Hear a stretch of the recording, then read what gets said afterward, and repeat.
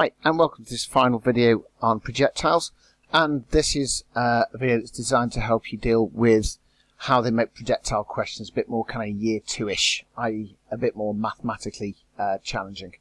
And essentially all they do is basically take out the numbers and just replace it all with letters, but the basic principles are still exactly the same. So let's have a look at what we're going to do. We're going to solve some more complex problems with projectiles. Okay, so particles projected from the ground at u meters per second at an angle of theta show that it returns to the ground after 2u sine theta over g seconds and will have travelled a horizontal distance of u squared sine 2 theta over g in that time. So basically, like I say, we're just taking out the numerical values, but the principles are exactly the same. So we know that when it returns to the ground that our vertical displacement is going to be 0. So let's go for our vertical displacement equation, s equals ut plus half at squared, and let's put in the bits that we know. So there's our vertical displacement, u sine theta times by t, minus, we know acceleration is g, so u sine theta t minus half gt squared. And if we do a bit of factorising and solving it, so take out the t, and we've got t equals 0, that'll be when it's kicked. But the point when it returns to the ground is going to come from the bracket here, which gives us u sine theta minus half gt equals 0, and now we can just make that say t equals, so let's multiply out the 2, move the gt over to the other side, do the dividing by g, and there's the result that we were looking for initially. What we need to do now is find the horizontal distance, and we know that the horizontal distance is just the initial velocity times by time. So we've got when t equals 2u over g, that's coming from what we've had previously. Let's put that in. So our initial horizontal velocity is u cos theta times by 2u sine theta over g, and now we've just got to tidy this up to get to the result that we're looking for, which is this one here. And hopefully you can see we've got the g on the bottom. We can see where the u squared is coming from. But what we got in this one that's different is this sine 2 theta. Where's that going to come from? Well, let's just write this thing like that. And hopefully now we're familiar with our trig from the pure side of the course, 2 cos theta sine theta. Hopefully we know that that thing there is simply just sine 2 theta. And there we go. Right, so that's the first bit done. Let's have a look at this one now. We've got a rugby player attempts to kick a penalty conversion and the ball's projected speed of v meters per second, angle of alpha to the horizontal, and we've got to show that the vertical displacement y is given by this thing here. Now, I just wanted to get an idea when I came up with this question about kind of the kind of velocity at which a ball is kicked in this kind of context. So I'm going to indulge myself here, and what I did was a quick Google search popped up this. Now I'm talking about this primarily because firstly it's about it's a doctoral thesis about the biomechanics of rugby place kicking, clearly coming from Twickenham, no surprise there. Author Alexandra Tack, what a cool name that is. And the other thing that interests me about this one is this is from the University of Surrey for the degree of Doctor of Philosophy. So this is not even a sport or mathematics, so it's a doctorate in philosophy, which is slightly weird. But I've talked a lot about modelling. You can see modelling happening in the A-level course. You can see straight away from here, these are all the different variables that's going to be included in this mathematical model. So you can see some of the things that we're familiar with here, the linear kinematic stuff, so displacement, velocity, acceleration.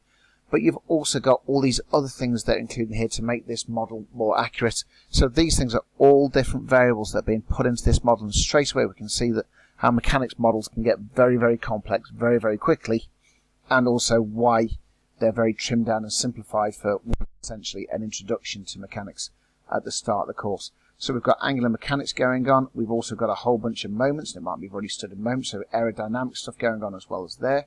So we're looking at what, kind of maybe 20 variables-ish, and then a bunch of constants at the end as well. And we start coming up with some equations to do with what's going on here. So here we've got what looks to be a hint of v equals u plus at, but we're talking about iterations, and we've all got some angular stuff in there as well. So that's linear and angular velocities going on. So there's a whole range of stuff going on in here that's just absolutely mind-blowing.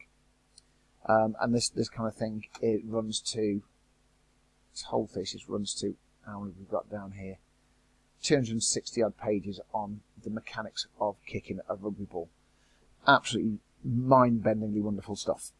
Right, that done, let's go back to our problem, which is a very much a simplified version of that. So we've got to show that our vertical displacement from the kicking tee is given by y equals x bracket 4v squared minus 5gx over 2v squared.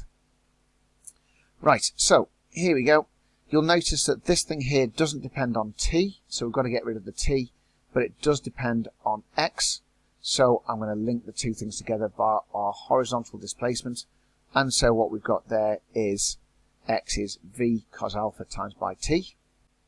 Now again, you'll notice that in the result we're looking for, we've got no trig stuff going on. So I'm going to think about how can I get rid of the cos alpha. Well, I know in the question we're told tan alpha equals 2. So we can deal with it by saying, well, if tan alpha equals 2, we've got that triangle there. So that means Pythagoras gives us that's root 5. So therefore cos alpha is 1 over root 5. And sine alpha is going to be 2 over root 5. So we can do a little bit of replacing of the trig formulae with some values. So there we go, we've got x equals v over root 5 times by t. Okay, so now that we've got that, let's have a look at our vertical displacement formula. So there it is. And let's put in the bits that we know. So we know that we've got our initial velocity, uy is v sine alpha times by t. And we know sine alpha is 2 over root 5, so there's our second equation. What we're going to do now is link these two things together, and the way we're going to do that, we've got to get rid of the t's that are appearing in here at the moment. So let's take equation number 1, do a bit of rearranging, there we go, and now substitute that into equation number 2. And there it is. So all we've done now is just replace the t with this root 5 over v times by x, and there it is squared again. And now what I've got to do is try and tidy this up and turn it into this thing here. So let's deal with things one step at a time. I think the first thing I'm going to deal with is the squared bracket. So there we go. So what I've done is squared the bracket and multiplied that by the g over 2. So you can see the root 5 squared has become 5. There's the x squared, v squared, and you can see the g over 2 is there as well. Now the next obvious thing for me here is to do a bit of cancelling out in this section here. So those v's can go and the root 5's can go. So we're there, and now all of a sudden that's looking like it's a little bit more manageable. And we're starting to see, we see the 5gx is starting to appear there, the 2v squared on the bottom. So now what I'm saying is I've got to get this thing here as a single fraction. So let's take the 2x and times top and bottom by 2v squared. So we get the whole thing over 2v squared. So let's get that. So now we can see the 4's popped up there, the v squared, so now that's looking pretty good. And I think all we need to do now is take out the x and the bracket on the top, and there you go, there's the result that we're being asked for. Now, there is a part B to this question, so we're going to use what we did in part A. So it says, given that the player kicks the ball with an initial speed of 22.5 and is 40 metres from the post, is he successful given that the crossbar is at a height of 3 metres? So, there we go, so there is our vertical displacement. And we are told that he's 40 metres from the post, and the initial speed is 22.5. So those are the two variables we've got to plug in. So let's just chuck those in there like that, and we end up with 2.57 metres. So is this ball going over the post to score a big 3 points in this rugby game? Apparently it's not. Right. Last one I'm going to go for. This one is, again, an exam style question. And so there's a huge amount of information here. So we've got essentially all that writing there is on the diagram. A ball's been projected with this slightly bizarre initial speed. We've got an angle of theta, and we've got some distances towards the ball hitting a target. And we've got a whole bunch of things to show. So here we go. Now don't worry about looking at all the explanation, because all the information was on the diagram, and that's the way things work in an exam as well. So first thing we've got to do is show that tan squared theta minus 6 tan theta plus 5 equals 0, which seems slightly odd, but let's have a go at it. And so let's start off with what we can do, and let's start off with our horizontal displacement, because we know the horizontal displacement to the target is 9p. So we've got 9p equals root 27 pg cos theta, that's our initial horizontal velocity, times by t, and straight away from there we've got t in terms of pg and cos theta. Well, the p's and the g's are going to have to cancel out at some point, but let's just worry about that a bit later on. Here we go. So we've got our vertical displacement again, and again that's something that we know. Our vertical displacement is 6p. So we're going to plug those things in there. And now we're going to apply the same trick as we did last time. From our horizontal displacement, we've got the time at which it hits the target, which is this thing. So let's put that in, and there we go. Now it looks absolutely horribly messy, but it's the same principle of what we've done before. All we've got to do now is a little bit of tidying up and see what happens. So 6p equals, well, first of all, those things are going to cancel out, which is kind of handy. We've got sine theta over cos theta, which is tan theta. So that's looking encouraging because we want our final equation to be in terms of tan theta. So that first part is just going to become 9p tan theta. What's going on over here? Well, we're going to have an 81p squared. Square the bottom, we're going to get a cos squared, and we're going to get rid of that square root. So that will all tidy up like that. So take a moment just to make sure you're happy with all of that. The g obviously from there is now I'll put it on the top of our fraction. And so let's see what we can do with this. So that bit's all neat and tidy. 81 over 27, that just becomes 3. We can cancel out a p. We can cancel out some g's. So there's a lot of things cancelling out here.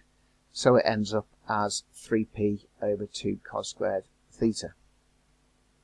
Now, next thing that's going to happen is you can see we've got p appearing in all of those bits. So those can cancel. And also we've got cos squared theta. Well, we know that 1 over cos squared is sec squared. So let's do that.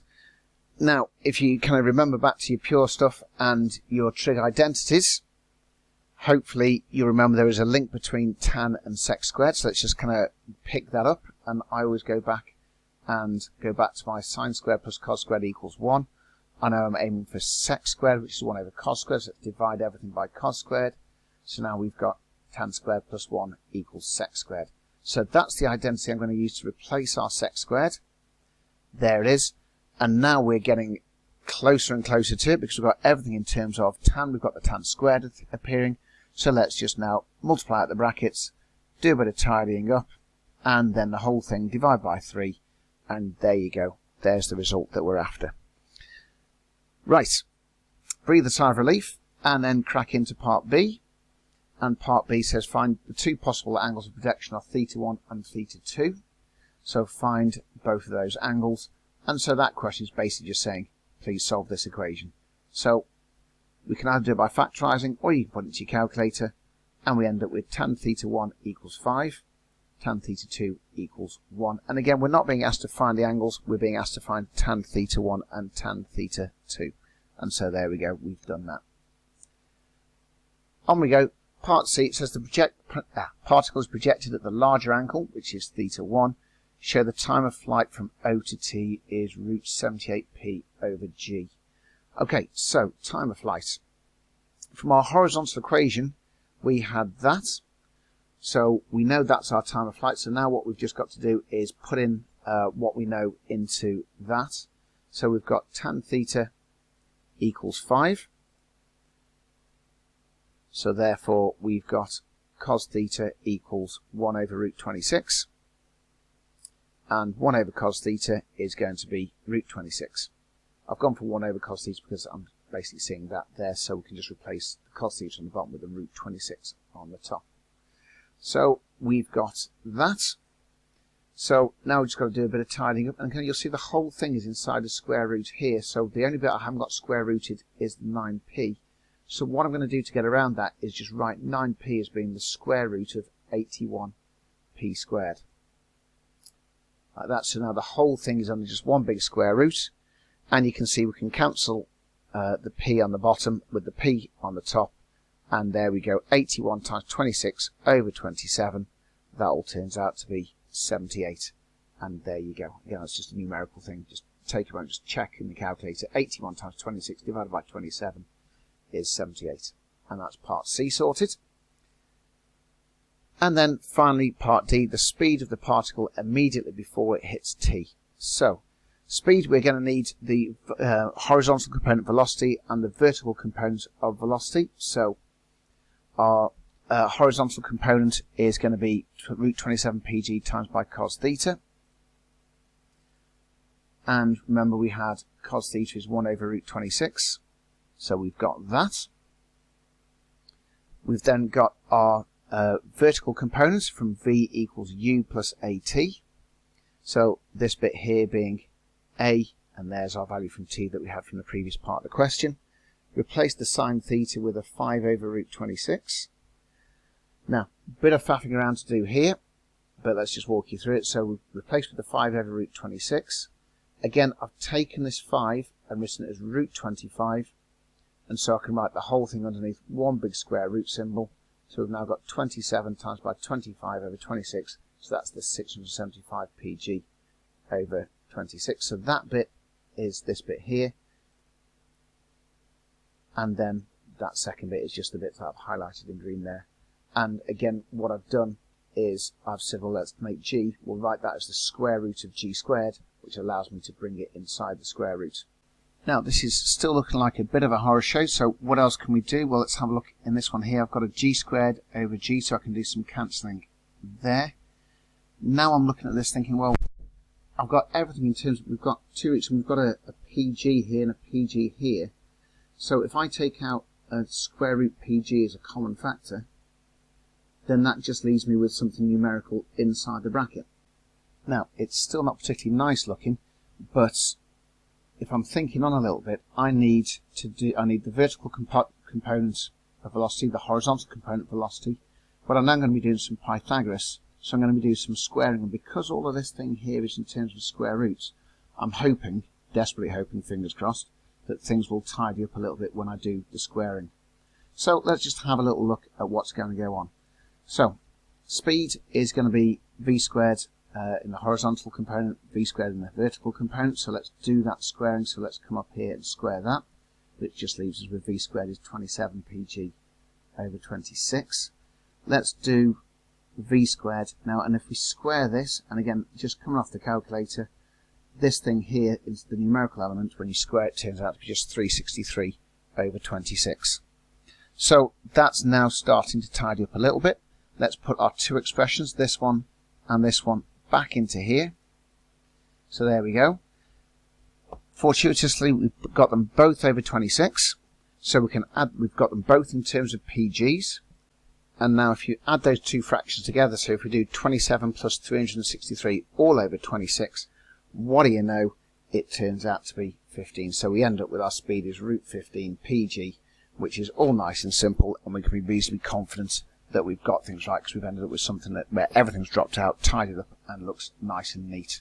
And there you go. Don't you just love it when a plan comes together? Cool.